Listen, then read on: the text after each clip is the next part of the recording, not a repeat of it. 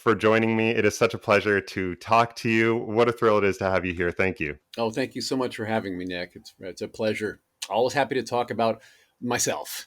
Yeah, well, exactly. But hey, this is the thing, when I talk about artists, especially performers like yourself, going back to sort of the beginning and the inspirations, we always do end up talking about other people. And I was either reading or watching an interview of yours where you talked about comedy being such a huge influence for you as an entertainer. Like that was a real catalyst to basically being like, I want to be in show business. And that makes a lot of sense to me because I see Dick Van Dyke in you. I see Red Skelton. I see a little bit of Jerry Lewis. I see these people, obviously Chaplin and Buster Keaton. And I'm wondering if you can talk a little bit about those people and what you drew from them. And then also how that kind of worked in your studies with Reed Steele, the mime artist, and developing mime as a performance and those physical performances. Right. Well, thank you. Well, yeah, as a kid, I did not watch children's programming. I watched, sitcoms for grown-ups. And so, yes, you mentioned Dick Van Dyke. I watched all of his reruns when I was a kid. I Love Lucy. Uh, I really connected with goofy people in those shows. Um, and Dick Van Dyke, of course, was a leading man who had goofy in him. Jerry Lewis was a goofy sidekick to the handsome Dean Martin in a lot of his work, and then of course he led his own movies too. But I really loved Jerry Lewis so much, and Danny Kaye, but I'll tell you who my hero was Barney Fife, played by Don Knotts, and he had such comedic timing and used his look to his advantage, and I was like, I like him, I get him.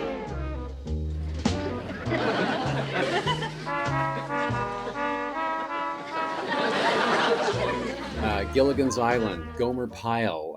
The list goes on and on with all of the goofy sitcoms I watched back in the day, and then comedic movies too.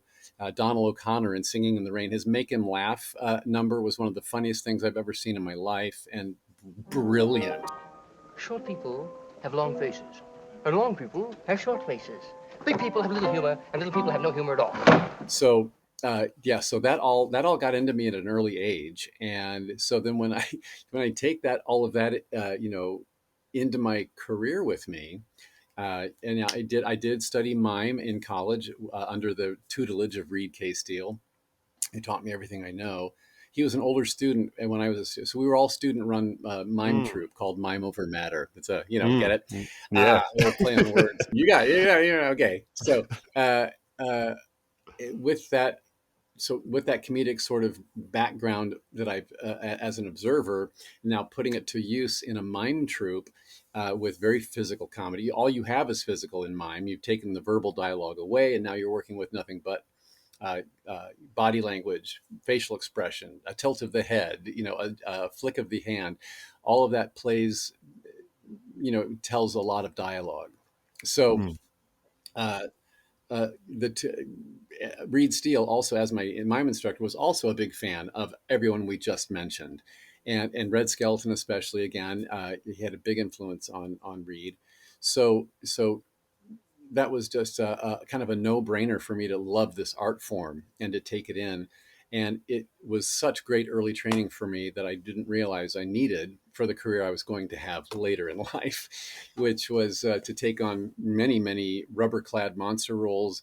And my monsters have been everything from a Billy Butcherson in Hocus Pocus, who's goofy and silly and comedic, to the pale man in Pan's Labyrinth, who is like threatening and child-eating and horrific, or the gentleman Buffy the Vampire Slayer, who is gentle and smiley and kind, but also tearing hearts out at the same time.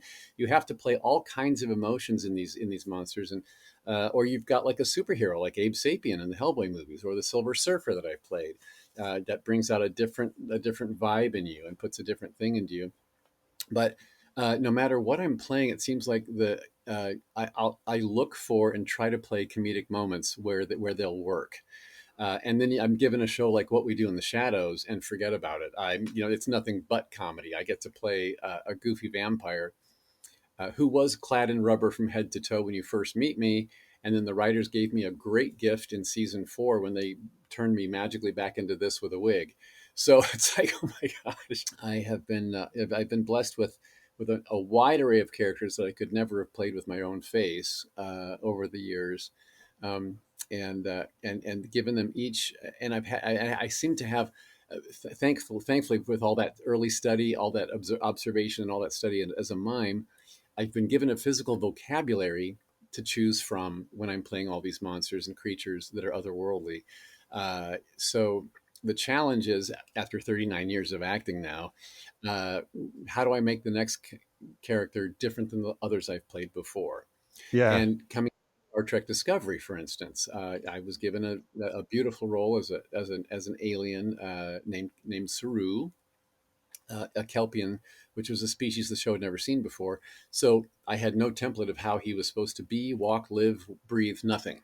So I had to kind of develop all that from the ground up. And when they put me in those hoof boots, I had a high heel, kind of a shaped foot with no heel. So it kind of changed my posture to keep my weight over the ball of the foot. So I push my pelvis goes forward, and I'm now walking like a supermodel. And so I had room to do this instead of this kind of walking. This kind of thing happened behind me, like I'm fanning a fart away, Hmm. Yeah. and that became such a signature piece for him. And it was a walk and a body language I'd never given any character before in all those years. So the characters kind of help find themselves once they go on me, and once I've taken in the information from a script and all that. And then it's the collaboration with the other creatives, because I like your use of the word vocabulary, because all these tools are there, and it's the same. It might be the same physicality that Danny Kaye used, or Don Knotts, or all this kind of stuff, and different elements. Mm. But then when applied in the context of what they are, they do either become threatening or comedic. And I even think about like Pan's introduction in Pan's Labyrinth, right? And he's kind of this almost a little bit of comedicness with him. And in the same tone, the movements of the Pale Man could be comedic in a totally different what we do in the shadows type of role. And when you said Don Knotts, I was like, this guy is Don Knotts. Like, this is exactly. Was there ever a thing of you actually being like, I want to play him, I want to sort of emulate him very, very much? Like, was he someone you were kind of striving to have that career? Because I know initially you were thinking actor, actor, actor, actor. And so was Yes. his career one you were looking to kind of mimic? His career was, yes, his character and his personality. No, I wanted him to have that. That was his. But there are people who do mimic famous characters like that beautifully. A good friend of mine, Greg Binkley, has done a Don Knotts, Barney Fife Mm, specifically impersonation for many decades, and he's brilliant at it. So I would never try to go. That's not my forte. But inspired by, yes, I will take that in for sure, where I can yeah. find his sense of you know that underdog trying to pose as a big dog when he's really not. It's like that is a beautiful dichotomy to play in one person. It really is. Yeah, I've been blessed in the sense that my parents raised me on, I was Ghost and Mr. Chicken and the Ghost, and so many of these other things that, Yeah, like, I also was not watching what was coming out in the 90s, except for for kids. Hocus Pocus, which Thank of you, course, thank you. yeah, of course came out and defined my childhood in terms of just a Halloween cult classic. Talk to me a little bit, just as we get into this. Your first big kind of like Hollywood production was Batman Returns, in terms of Hmm. getting a part that has a little bit of meat and juice to it, and the physicality for you to play around. Great speech, Oswald. What's the stepping stones from Batman Returns to then landing a really great role in Billy Butcherson with Hocus Pocus? Right. Well, I got into Batman Returns because of a dear friend of mine who just recently passed away, Bob Yerkes. He was a stuntman legend in Hollywood with a huge circus background of his own. So when Batman Returns was being developed, Penguin hung out with the Red Triangle Circus Gang. So the stunt department was looking to Bob Yerkes to help them get people on board and in place that would be in the circus gang that would hang out with Danny DeVito's Penguin character, that would be actual circus performers. So he got jugglers and stilt walkers and sword swallowers and fire eaters and knife floor. He got all of them.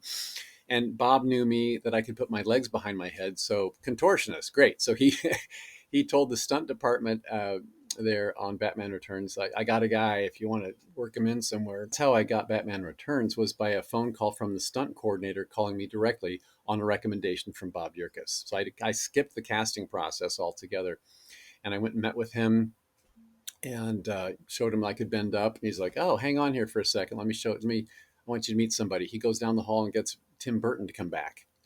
And I'm like, so he said, "Yeah, this is our director, Tim Burton. Show him what you just showed me." I'm like, "Oh my gosh." Yeah, No, no, Tim no, no, Burton no, no, no, in no. his prime, right? Like this is Tim Burton, Edward Scissorhands, Oh, like right in not the yet, 1990, not late even Edward. 91. Yeah, yeah, 91. Yeah, yeah, exactly. Yeah, That's, oh yeah, that was prime Tim Burton era.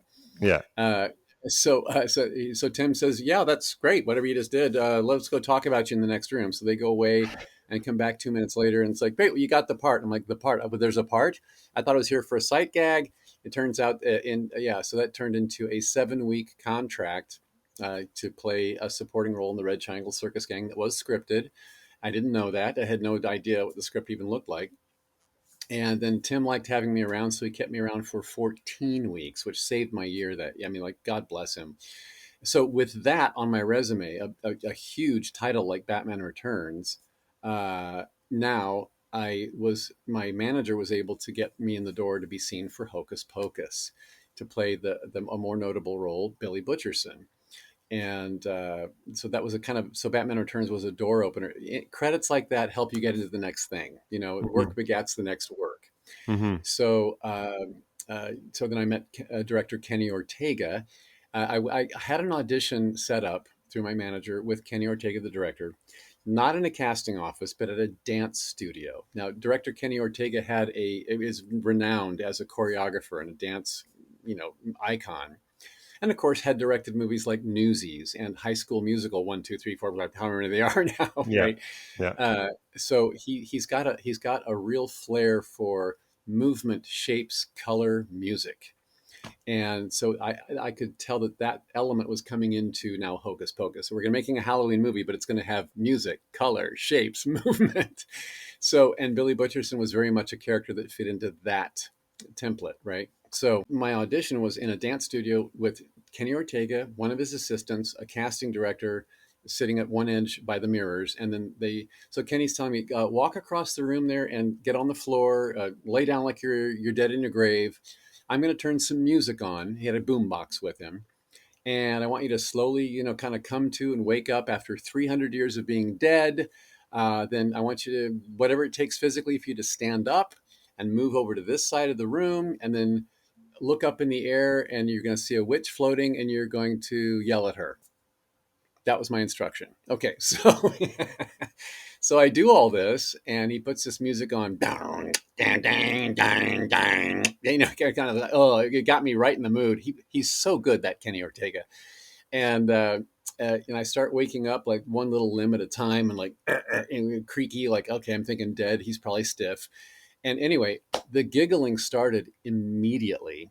And the more that I did, and the farther I stood up, and the more that I stumble walked, the guffaw laughing that was happening, I'm like, okay, this is going really well. Mm-hmm.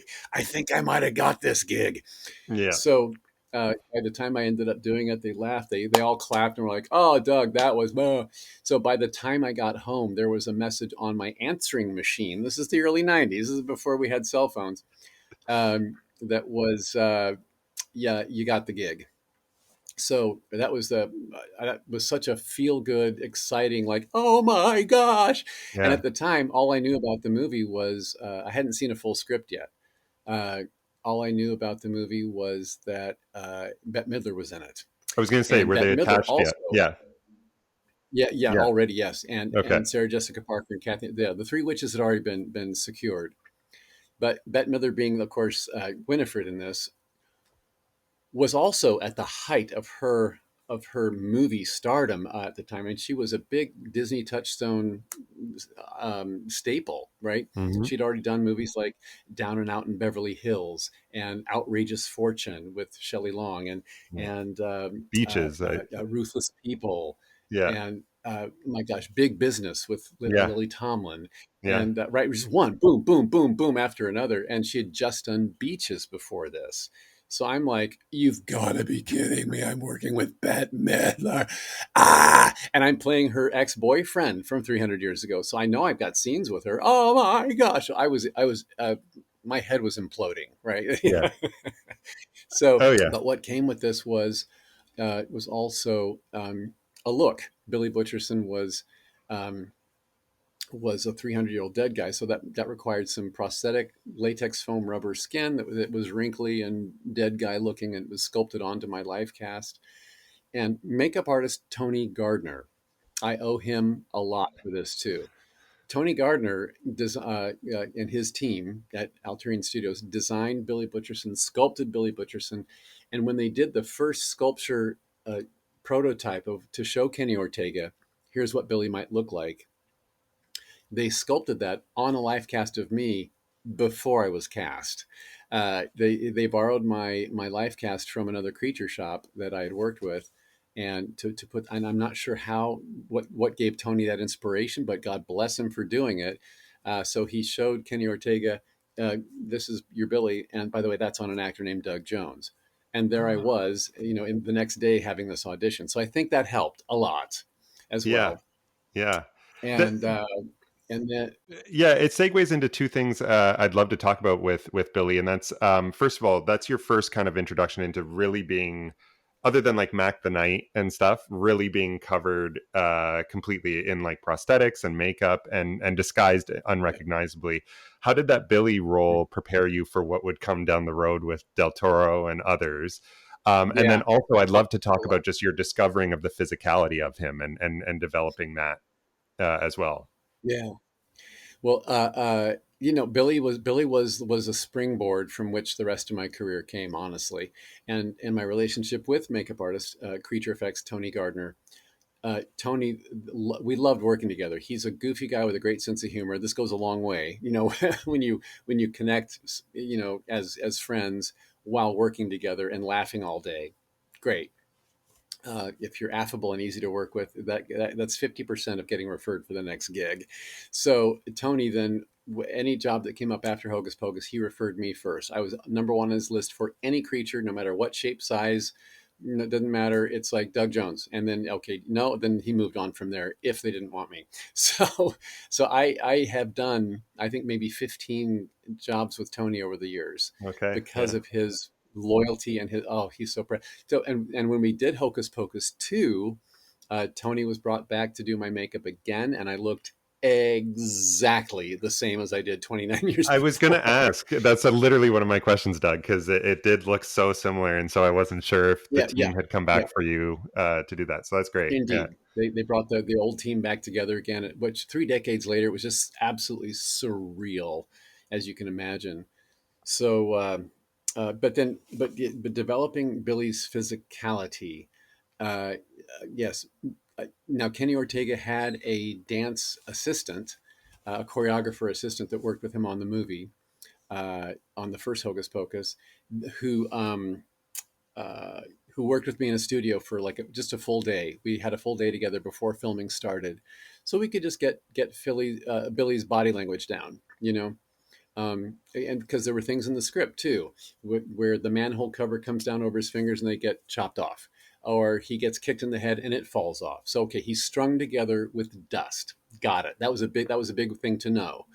um, and his whole attitude too of he's been awakened from a dead sleep, literally dead, and kind of wants to go back to sleep. He doesn't want to eat brains. He doesn't want to do zombie things. He just wants to go back to sleep and be left alone. Sometimes I can relate to this. So I understood Billy and his whole attitude was a part of it. So you'll see him do that with his hands a lot, and that, that was worked in with. He's being asked to get involved with this mission to get the book back, and he just doesn't care, right?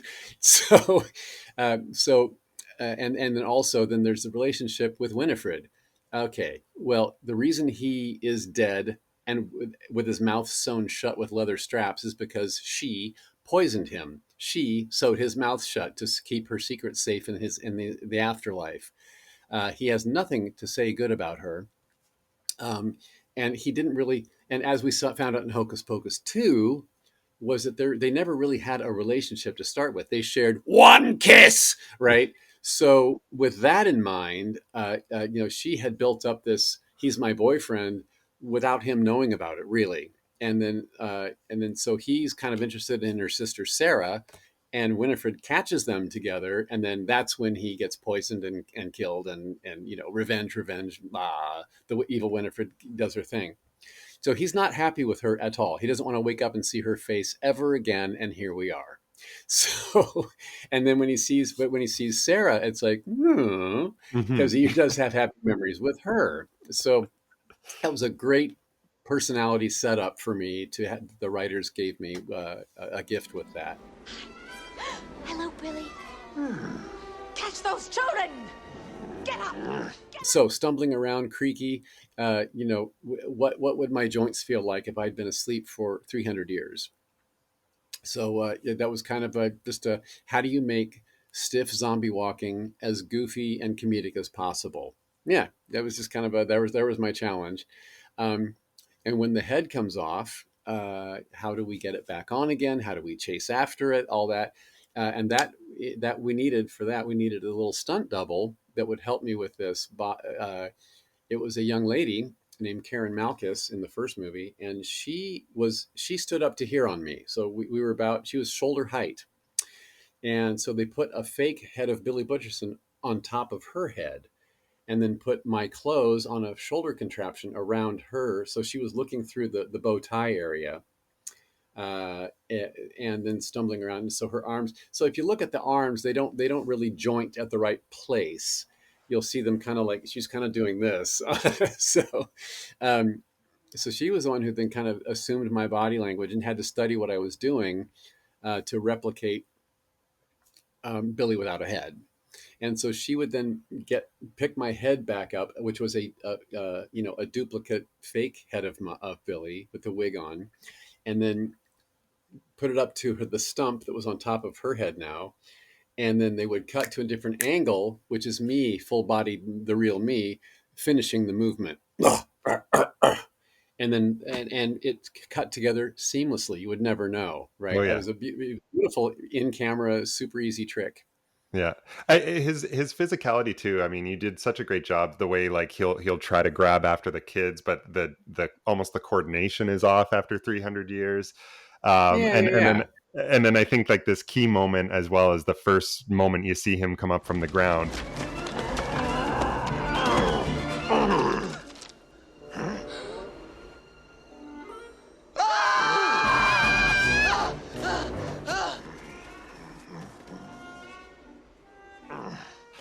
And he just kind of looks behind him, sees the tombstone, realizes where he is. I threw that in myself. Yes, that was not scripted. I was wondering because it feels like an organic moment. So thank you. I was proud of that. And Kenny Ortega guffaw laughed on set the first time I did it. Says, "Keep that. Let's do it again. Take another take." Because you would. You're disoriented. You see where you are. You go, Right. Was I not dead a minute ago? And then you look around at the tombstone. Yeah, I am. Yeah. Just going back to the makeup, Doug, because I think sometimes people don't realize, and we have a mutual friend on Star Trek who also has talked about this as well. Just the patience. I know you glossed over it a little bit, but the patience that's actually needed, especially as you're getting into the heavy prosthetics. I know Jim Carrey has talked about his experience with The Grinch, but can you shed a little bit of light of like the headspace that you actually do need to get into to sit for, I don't know what the longest would have been for you, but hours, certainly. Yeah. The longest day-to-day makeup application before a movie shoot would have been on the Hellboy movies, about 7 hours a day. All right, and that's a lot. Hocus Pocus, for Billy, it was only 2 hours a day. So that was actually mercifully short considering how much. But when you consider that those latex foam rubber, like the face and neck piece and then the gloves were very easy to put on very fast. But all of that look was pre-sculpted and pre-painted ahead of time. So getting it onto me was the last step, and then blending in the edges with my eyes and doing some airbrushing to make sure that all the colors matched. So 2 hours a day with two makeup artists doing their spiffy best. Um, but again, as far as like how do you handle the makeup chair? This is the number one question I get from everybody. What do you do during all those hours? I would go crazy if it were me. I hear that all the time. Yeah. That's because most people need to be doing something all the time, right? They need to be active and involved with something. I do not. I am built of, I don't know, child, I don't know what's wrong with me. I could sit in a room, stare at a wall, drool on myself, and be completely content, right? So I'm built for a quiet makeup chair and being patient while they do their work. Like I don't know how to any more better way to explain it than that. We listen to music, we tell stories, we talk, we laugh a lot. I may, if they're just working on one side and I can tilt back, I might doze off for a minute. It's happened, you know. But other times, but going back to Abe Sapien from the Hellboy movies, that was a head to toe, transformation with 12 prosthetic pieces from head to toe being glued onto me with blended edges and then airbrushing paint on my shaved skin to match the pieces. And that took forever. And it was also participatory. I couldn't just lie back while they did one side. There were three makeup artists all around me working on my legs, my back, my front, my head, my neck, all at the same time. So I had to kind of like stay alert and awake and turn the right limb for them as they were working under this arm or over that leg. Yeah, yeah. No, it's a very meditative process, I think, for a lot of people. And that's the thing, is there's a skill set, obviously, physically with you, but then there's this as well. It's the patience. And as you mentioned Mm. earlier, that is what gets you gig after gig as well, right? But that Going right, back to, right, not being the diva actor that goes, this is hot, get it off me. And that's what yeah, they usually encounter. Bless their heart. But I'll yeah, tell you, our mutual friend you mentioned, David Tomlinson, is yep. another one. He is a gem in the makeup chair. And we had each other on Star Trek Discovery to hold hands and get through it all together. Exactly, exactly. Yeah, he's another really good one. And with Hocus Pocus, I don't know if people realize this looking back, because it just became a Halloween classic after. You would have been hyper aware of Hmm. this. It came out July in the summer, and was competing with a Yes. little movie known now as Jurassic Park. And Mm. so it didn't do well at first in terms of box office numbers, but then very, very quickly went on to become this cult hit, this yearly watch for people. Certainly popular enough that it's sequel. There's obviously talk and chatter of a third. um, Mm. did you, however, when you were there on the set with this cast, who are giving an amazing performance, did you feel that it was maybe something special? Can you talk a little bit about what it was like, kind of in that I moment can, versus yeah. what it became? Yeah. I sure can. Now this is again early in my career, so I didn't have a whole lot to compare it to, but I was like, we are working on something magical here. This is going to be a classic, and we all felt that way. Everybody on the set, and that they did for Hocus Pocus 1. They did exterior shots in Salem, Massachusetts. They did it at their actual place with all those buildings, and they're part of a big tour now. If you go to Salem, you'll see all the Hocus Pocus sites. Interiors were done in at Disney Studios in Burbank, California, and that's where I did all of my scenes. So my graveyard was set up inside in a soundstage. The Sanderson House was inside, uh, and we did some on an outdoor back lot with like the gates to the cemetery or the town fountain, or that whole exterior. That was all on an outdoor back lot. But so but the amount of money they were spending and the lavish sets that they were building, and the and how much fun we were having and the comedic moments that were being created, and again the music, the colors, the shapes, the movement. It's like, to me, that makes a toe tapper, let's watch it again and again kind of movie that you do watch in the theater and that you will own one day at home. I was sure of it. uh, and I remember one day sitting at lunchtime. Some of us were outside on the lawn at the Disney Studios there, and it was Kenny Ortega's dance choreographer assistant who said to me, Doug, do you even realize how many lunchboxes you're going to be on across the country? That was that because that's the attitude that we all had. I'm like, you know what? I don't want to speak too soon, but I hope so. Yeah. And then, so then the movie comes out in July. And I'm like, Yeah. wait, it's a Halloween movie in up against summer blockbusters, and it was advertised as a Bette Midler comedy because again, she was at the height of that part of her career, and so instead of advertising it as a Halloween family friendly kids romp of a movie, it was a Bette Midler summer comedy, and oh, it just was. It's like Guillermo Del Toro once said. You can have a beautiful pair of shoes, but nobody's going to buy them if you advertise it as a purse. Okay, Yeah. so that's exactly what Yeah. had happened there. So it did dismal box office that summer of 1993. And back then, though, we didn't know, in 1993, we didn't have the world we have of entertainment now, where everything's accessible with a click. Hmm. So if it didn't play well in the theater, you might have a TV airing, you might have a home VHS after that, and then that's the end of your run, right? So little did we know that that it was going. So we all thought. I mean, okay, well, that was a fun dream, and now it's over, right? Hmm. But then it aired on ABC Sunday Night Movie Special. And then ABC also owned ABC Family Channel, which is now Freeform Channel in the States. And boy, did they start airing that in October, like multiple times throughout the month. And the ratings were like zoop, zoop, zoop, zoop, zoop, zoop, zoop, zoop. Everybody's watching it now. And now parents are wanting to own a copy for their kids. So they buy it on the VHS. Well, VHS turns to DVD. Well, we got to get the DVD. Turns to Blu-ray. We got to get the Blu-ray. Turns into 4K. Got to get the 4K. It's now on Disney Plus. Got to get that subscription. I mean, honestly, it has had this.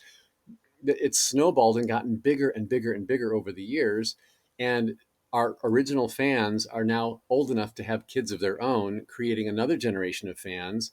And so it has only gotten, every year, it gets more and more popular. Most movies come out big and fritter over the years. This one started small and has only gotten bigger over the years. So it's done the antithesis of what a movie should do.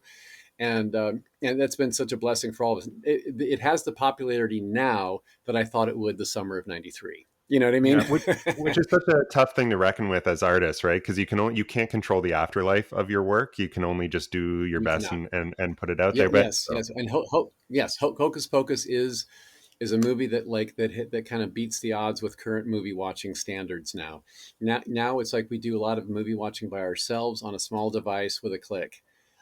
Hocus Pocus is the movie that brings the family together again for a sit down, make the popcorn, we're having movie night on a big screen. But that's still a thing. That was the Wizard of Oz when I was a kid. It was an annual aired event on network television. You cleared the decks, closed the curtains, pop the corn, get the Kool-Aid out. We're going to watch the Wizard of Oz. Well, Hocus Pocus has become that for the current generation, which I'm really tickled pink to be a part of. My it really gosh. has. Like literally, it'll be a conversation with my friends of have you watched Hocus Pocus yet? No. Okay, great. Let's put it. Like it's like a duty in October. Yeah. Have you? Yes. No. Okay, great. We're Yeah, doing I it. know, I know. So, And when Hocus Pocus, yes, and when Hocus Pocus 2 came out, yeah. I cannot tell you how many social media posts, and we didn't have social media when the first one came out, but now the second one comes out on Disney Plus, and how many watch parties I was tagged in with photos, videos, cosplaying across the world when it came out on that one day. But that was what did my heart good.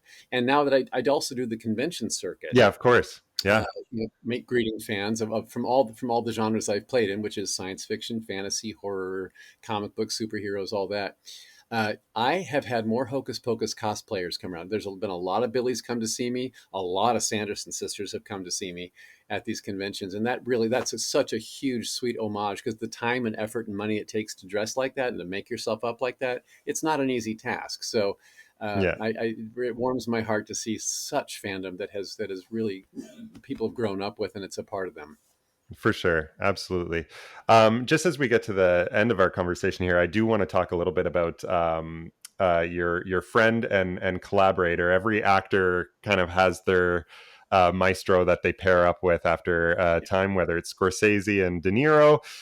For you, Guillermo del Toro has become, I think, that in so many ways. You met on Mimic, which I just realized I had a flashback as I was doing my research on you that I had watched that on TV, and it scared me terribly as a kid, and I haven't thought about it since. But you met on that, and then talk a little bit about how that collaboration evolved. And then obviously Guillermo is such a lover of our city here in Toronto. He adores this city. He loves bringing his productions here. Talk a little bit about shooting here in Toronto on so many things, not just with Del Toro stuff, but Star Trek as well. Yeah, no, exactly. Well, yeah, let's start with Toronto. I love Toronto, and as big cities go across the world, it's such a creative town, and it is and it's clean, walkable, all the things that you want a city to be. I've loved living there, and I've lived there for multiple months at a time. I did all 5 seasons of Star Trek Discovery there. I did all 6 seasons of What We Do in the Shadows with my recurring role there in Toronto. My first job there ever, though, was Crimson Peak. Oh, yes, No, it would The have been. Strain. Oh, The Del Toro Strain. did Crimson Peak there. Yeah. And then he also filmed his TV show, The Strain, there, which I was Yeah. on 6 episodes of that for their first 3 seasons. And loved it there. I was there in the winter, so I had a really brutal first introduction to Toronto. But once he had done Crimson Peak there, he fell in love with the city and has shot everything there since then. Mm-hmm. So that means that I came back to do Shape of Water there. Yeah. And with a great experience.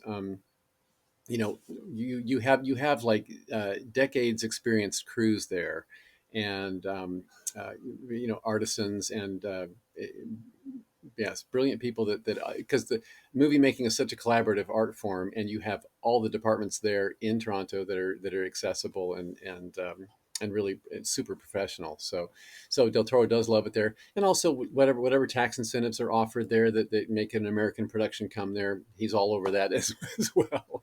Anybody that can save money wants to do it, whatever they got to do. Yeah.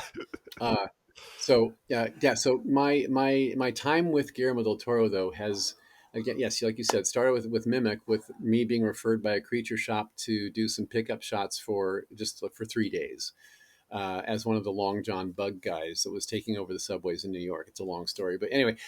So 5 years after that, I was suggested to him for the role of Abe Sapien in the first Hellboy movie.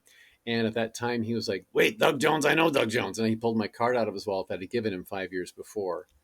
So the first Hellboy movie, that's when we really developed our actor-director shorthand with each other.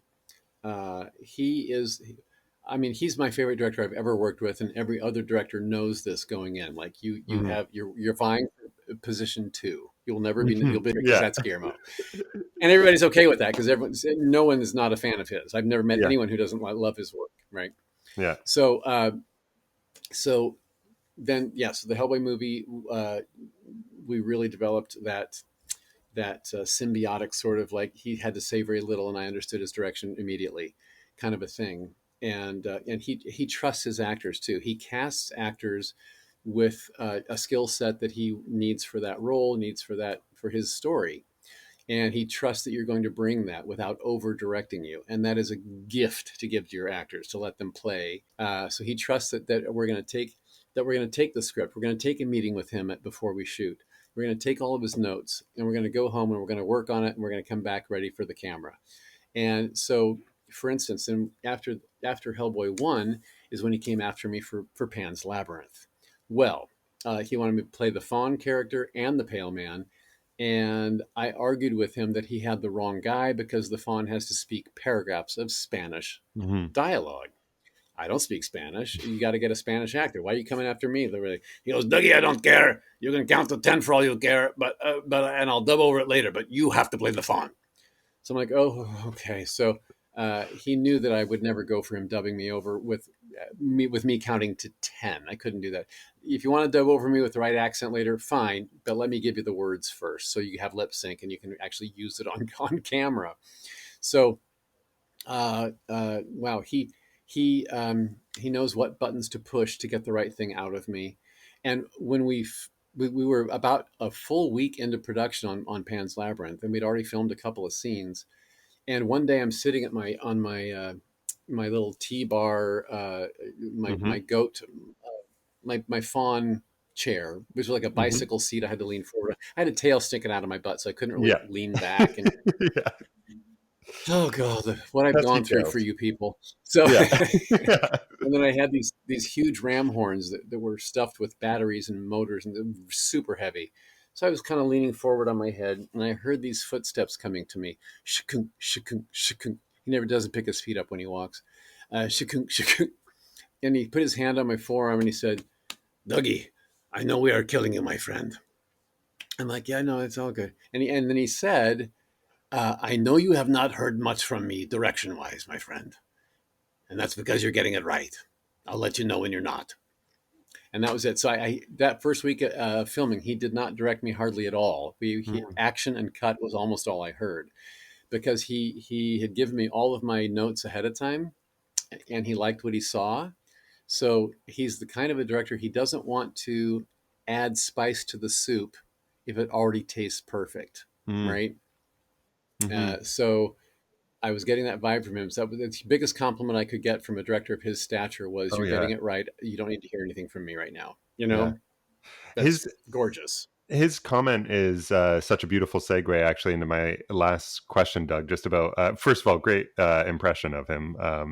Well Thank you. developed, I would say, after all this time. But he, in 2014, there was this song that was written about you, called "The Oh Devil yes, and the Devil and Mr. Jones." And just yes. quickly, the a couple of lyrics that just stood out to me is, "This is your fate, Mr. Jones. You'll be loved by the millions and great at your task, but no one will see who is under the mask. You're renowned in the underground, even dead in a tale where the witches dwell." Such visceral lyrics that are obviously so much about you. And I just wonder if you do have those moments where you kind of are looking in the mirror, whether it's in the makeup chair at home, and going, "How did I get here?"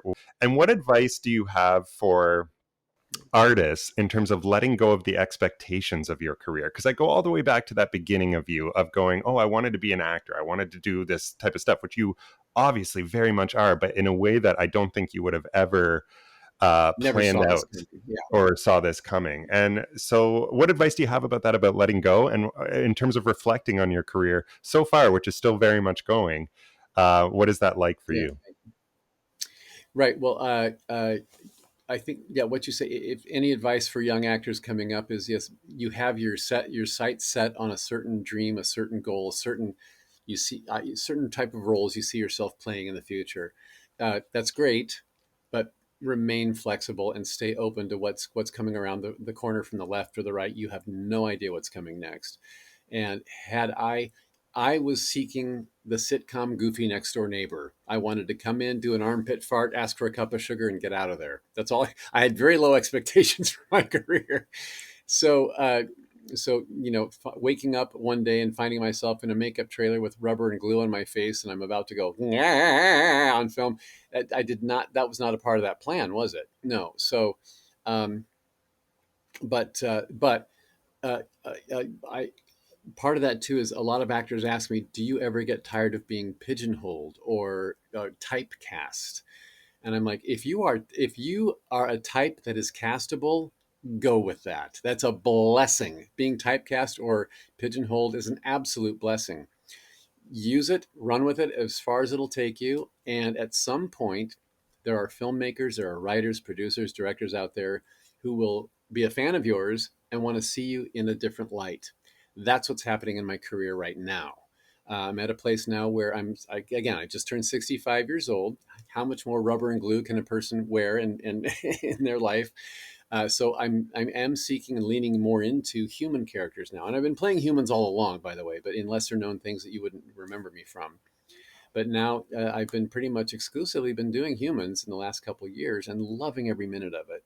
Um, I even had a long chat with Guillermo Del Toro about this, as he sees me wanting to do that as well, and he sees the sensibility in that.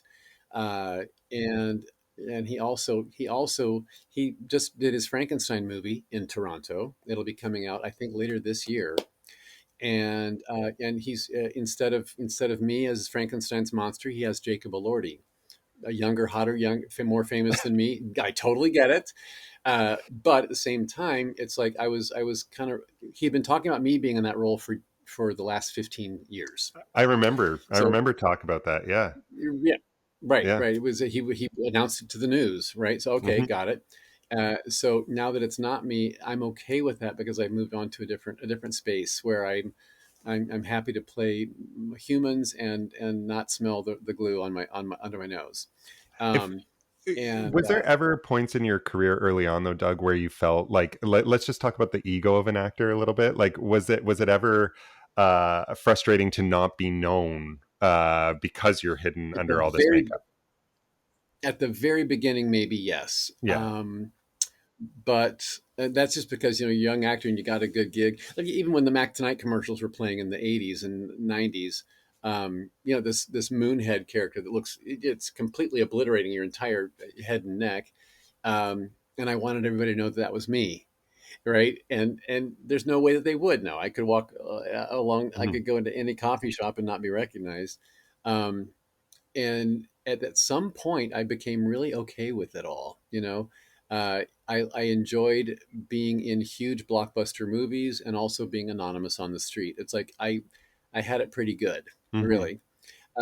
I'm recognized more in public now than I ever have been before because of interviews like this one that you're granting me. Thank you. Yeah. And DVD bonus features, any kind of thing when I've been promoting a movie, and and that kind of press machine has been getting bigger and bigger for me as the years have gone on. Star Trek Discovery and The Shape of Water came out within months of each other. So both of those were huge projects that involved a lot of press. And so I was doing interviews with this face, and especially with The Shape of Water, a lot of the big journalistic outlets that were interviewing me wanted to do a retrospective on Doug Jones. Let's just start at the beginning and work our way up to this movie, right? So those pieces were being done in huge formats. So this face was now getting married to, oh my gosh, I've been watching him all my life, right? It's that moment that you realize Billy Butcherson is the fun in Pan's Labyrinth and the pale man. Right. Like it's the connecting of the dots, right? It's Right. And with those dots connected now, I'm getting recognized in public so much more now. But I still do not cause a mob scene. It's still quite manageable, and when it happens, it's a huge compliment, and I have time to stop and take that selfie if we need to. Yeah. Well, Doug, congratulations. Also, I just think it's so special that in the career of an actor and the journey of an actor that you can be discovering new things about this path for you at this stage, and I look forward to seeing where that goes. Yeah. That's a very exciting thing. Thank you for taking the time to chat with me, and I look forward to seeing you more and more, makeup or otherwise. Me too, you, makeup or otherwise. Okay. And he wonders, how'd I ever get here? Piercing his reflection as he pulls off an ear.